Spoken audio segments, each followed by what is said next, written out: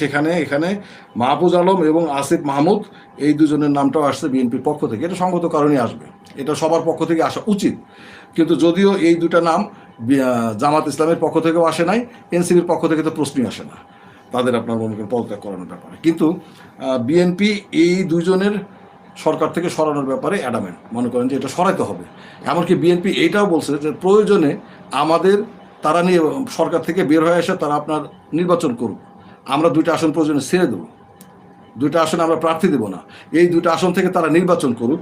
কার কথা বলতেছে? এই মাহফুজ আলম এবং আসিফ মাহমুদের কথা বলতেছে। আমরা ছেড়ে দেবো, কিন্তু কথা হচ্ছে তাদেরকে সরকারে থাকা চলবে না, এই হচ্ছে কথা।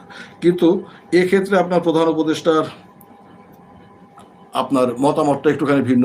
উনি চান যে আপনার উপদেষ্টা পরিষদ থেকে অব্যাহতি নয় বা চলে না যাক, কিন্তু তাদেরকে ওএসডি বা তাদেরকে কাজের মধ্যে না রাখা।